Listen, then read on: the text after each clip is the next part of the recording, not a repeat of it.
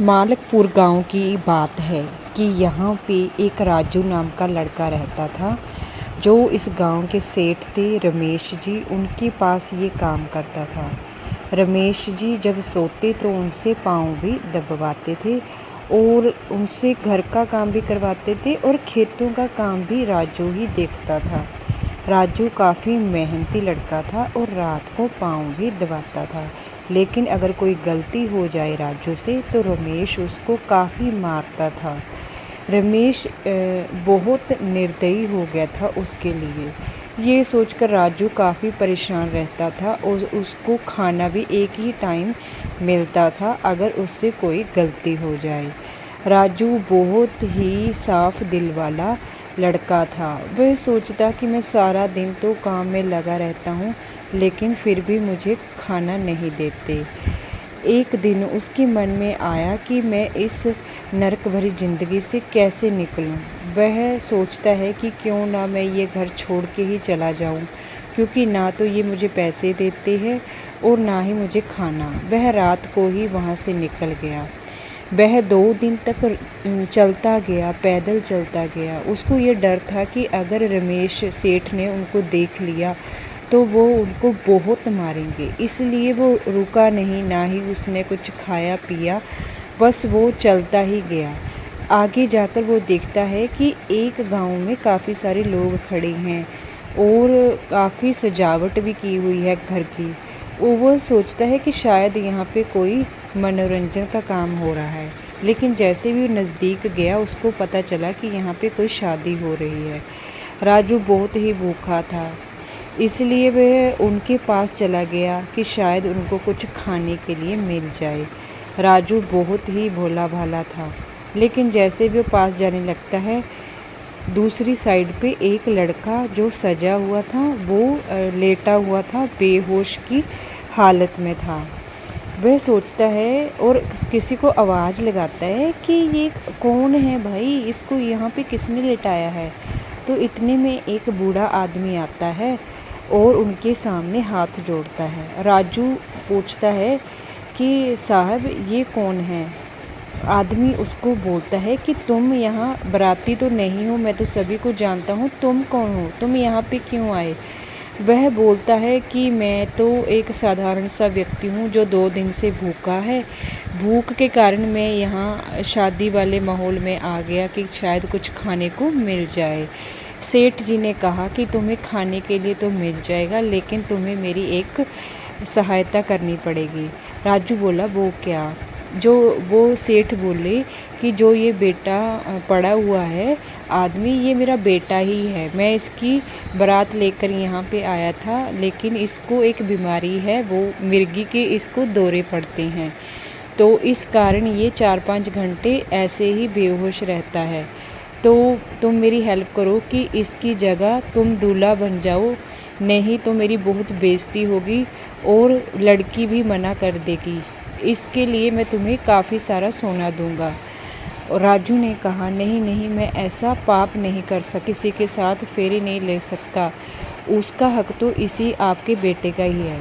तो सेठ उन्होंने बोला कि तुम चिंता मत करो, ये बात किसी को पता नहीं चलेगी, तुझे बहुत सारा सोना दूंगा। राजू ने कहा चलो ठीक, मेरे पास भी अभी है क्या। ये वस्त्र पहन के दूल्हा बन और किसी को पता। राजू को बहुत खाने को भी चीजें दी गई और फिर वह दूल्हा में चला गया।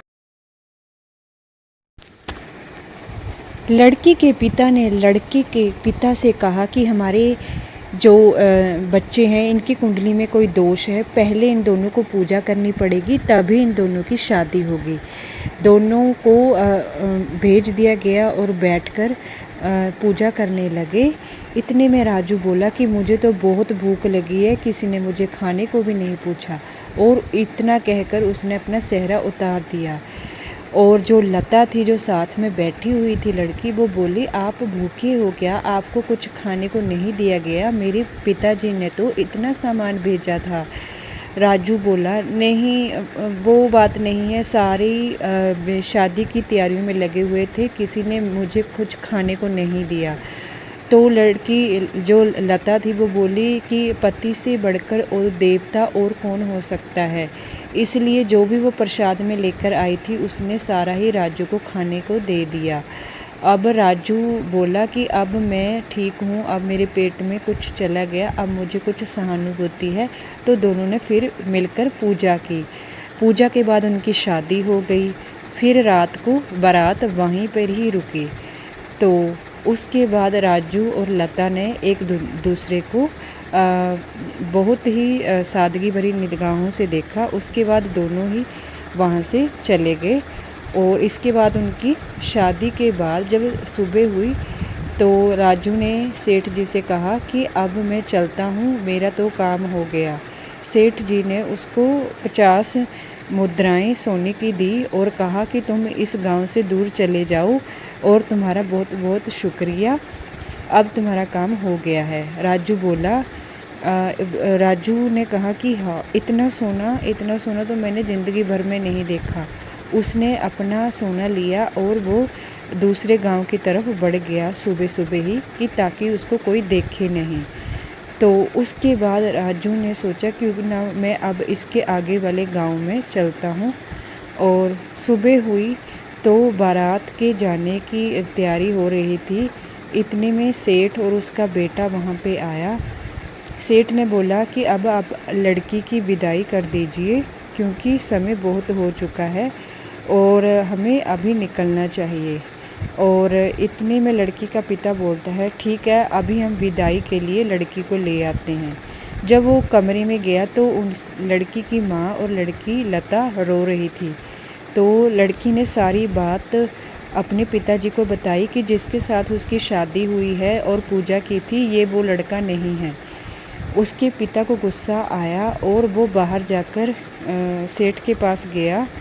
तो लड़की ने बोला, रुक जाओ, आपको अभी दूध का दूध और पानी का पानी पता चल जाएगा। उस लड़के को मेरे पास अकेले को भेजो, मैं उससे कुछ सवाल करना चाहती हूँ, तो मुझे पता चल जाएगा कि वो लड़का वही है या कोई और। तो लड़की के पिता ने वैसे ही जाकर उनको बोल दिया कि मेरी बेटी आपसे मिलना चाहती है अकेले में। लड़का लड़की के पास चला गया। तो वहाँ पे लता ने उससे पूछा कि क्या जब हम पूजा कर रहे थे आपको बहुत भूख लगी थी ना? तो लड़के ने बोला, नहीं मैंने तो भर पाया हुआ था। और लड़की फिर और क्वेश्चन पूछती है कि जब हम पूजा करने लगे थे तो आपने क्या? तो लड़का बोला, मैंने बोला था कि हाँ चलो आओ पूजा करते हैं। पर ये सुनकर लता को पूरा यकीन हो गया नहीं है जिससे मेरी शादी हुई है। वो अपने पिताजी के पास जाती है।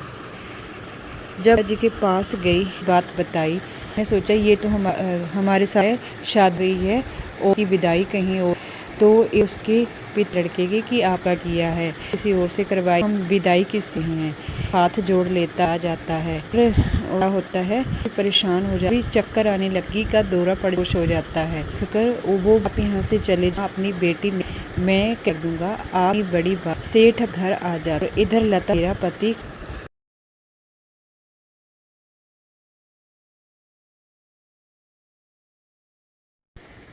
लड़के के पिता ने कहा कि मेरा बेटा बीमार था, इसलिए मैंने इसकी शादी किसी और से करवाई है। आप मुझे माफ़ कर दीजिएगा, मैंने अपनी इज़्ज़त को बचाने के लिए ऐसा किया। तो लड़की के पिता ने कहा कि आप प्लीज़ यहाँ से चली जाइए, मैं अपनी बेटी की शादी कहीं और कर दूँगा। इधर राजू आगे बढ़ता जा रहा था। बढ़ते जाते जाते वह एक जंगल में एक मुनि जी के पास पहुँच गया, जहाँ पे वो तपस्या कर रहे थे। साधु बाबा बोले, तुम कौन हो? राजू बोला, मेरा नाम राजू है। और उसने जो उसके साथ हुआ सारा वृत्तांत बता दिया। ये सुनकर साधु महाराज को पता चल गया कि ये लड़का बहुत ही भोला है। राजू ने उनसे पूछा कि क्या मैं आपके साथ रह सकता हूँ और मैं आपकी सेवा भी किया करूँगा। तो साधु महाराज मान गए। राजू ने वहाँ पे बहुत सेवा की, उनकी सारी खाने पीने की व्यवस्था किया करता था और उसकी जो एक झोंपड़ी थी उसको भी साफ़ सुथरा किया करता था। राजू को साधु ने बहुत सारी एक्सरसाइज सिखाई और उनको पढ़ना लिखना भी सिखाया। काफ़ी सारे वेद ग्रंथों का उनको ज्ञान दिया। जड़ी बूटियों से उसके शरीर को अच्छा बनाया और उसको हर एक बात की समझ सिखाई। साधु महाराज ने सोचा कि मैं भी बूढ़ा हो रहा हूँ, शायद ये मेरे बुढ़ापे का सहारा बनेगा, और उनको काफ़ी बातें सिखाई साधु महाराज ने। एक दिन साधु महाराज ने अपनी शक्ति से देखा कि लता बहुत ही परेशान है, तो उसने राजू को कहा कि जाकर अब तुम लता को ले आओ, वो तुम्हारी धर्मपत्नी है। राजू ने कहा नहीं, वह तो उसी दिन किसी और लड़के के साथ चली गई थी। साधु महाराज ने कहा कि ऐसा नहीं है, वो लड़की तुम्हारा ही इंतज़ार कर रही है, वो काफ़ी अच्छे विचारों वाली है और उसके घर पर भी एक मुसीबत आ गई है। उसके पिताजी ने काफ़ी सारा कर्जा लेकर उसकी शादी की थी, जिसकी देने की टेंशन में वो भी काफ़ी बीमार रहते हैं। उसके पास आय का कोई साधन नहीं है। राजू ये बात उनकी मान गया और उनसे आज्ञा ली कि चलो मैं देखता हूँ, मैं उनके घर जाकर आता हूँ। साधु महाराज ने उनको सारी तमीज़ बताई हुई थी कि कैसे किसी से बात करनी है और कैसे किसी की सहायता करनी है। राजू वहाँ पे चला गया जहाँ पे शादी हुई थी और वहाँ पे सभी परिवार वालों को देखकर वो बहुत खुश हुआ। परिवार वाले देखकर उसे बहुत खुश हुए और लड़की जो लता थी उसने भी उसे बोला कि आप मुझे छोड़कर क्यों चले गए थे और आपको आज हमारी याद कैसे आई। उसके बाद राजू भी अपना सारा वृतांत बताता है। लता के पिता ने उसको बताया कि हमारी ज़मीन सेठ ने हड़प ली है और उसके कागज़ भी नहीं दे रहा। राजू ने कहा आप चिंता मत करो, मैं आपकी ज़मीन आपको दिलवा कर ही रहूँगा। ये सुनकर लता बहुत खुश हो जाती है।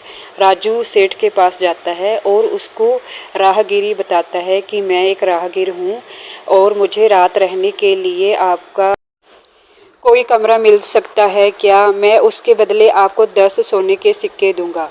सेठ लालच में आ जाता है और बोलता है हाँ हाँ क्यों नहीं, तुम एक रात मेरे घर पे रह लेना, लेकिन मुझे सोने के सिक्के ही चाहिए। राजू ने कहा हाँ हाँ मैं आपको सोने के सिक्के दे दूंगा। सेठ उसको कमरा दिखाता है कि यहाँ पे तुम रहना और अपनी पत्नी को बताता है कि तुम चुप रहना, ये राहगीर एक रात ही रहेगा और बदले में हमें सोने के सिक्के देगा। दोनों ही बहुत खुश हो जाते हैं और कहते हैं कि चलो चलो अब हम दोनों भी सो जाएं, राजू तो सो गया है। इधर राजू के दिमाग में आइडिया चल रहा था कि मैं कैसे यहाँ से ज़मीन के कागज़ को निकालूं। जैसे ही दोनों सो गए, राजू ने जल्दी से तिजोरी में से गहने और ज़मीन जायदाद के कागज़ उठाकर अपने ससुर के पास आ गया। उनको गहने और ज़मीन के कागज़ भी पकड़ा दिए। ये देखकर उनके ससुर बहुत खुश हो गए। इधर सेठ जब सुबह उठा और देखा कि राहगीर तो यहाँ पे नहीं है और उसने सोचा क्यों ना हम अपनी अलमारी को चेक करते हैं। जब वो अलमारी के पास जाने लगा तो उसको ये देखकर बहुत दुख लगा कि हमारे घर तो चोरी हो गई है। उसने सेठानी से कहा कि जो भी हमने लोगों को डराकर धमकाकर उनसे छीना था वो तो 1 मिनट में ही गायब हो गया है। ये सारी राजू अपने ससुर के पास आया। ये देखकर उसके ससुर बहुत खुश हुए। राजू ने गहने और ज़मीन के कागज़ उस अपने ससुर को थमा दिए और लता से कहा क्या तुम मेरे साथ जाना चाहती हो? लता ने कहा हाँ क्यों नहीं, मैं तो कब से आपका इंतज़ार कर रही थी। लता राजू के साथ चली जाती है और सारे गहने और ज़मीन के कागज़ वह अपने ससुर को दे देता है। राजू भी इतना बड़ा घर बनाता है और उसमें खुशी खुशी रहता है। ये देखकर उसके ससुर भी बहुत खुश होते हैं। वे साधु महाराज को भी अपने साथ में ही रख लेते हैं। तो बच्चों अगली वीडियो के लिए इस चैनल को सब्सक्राइब कर लो।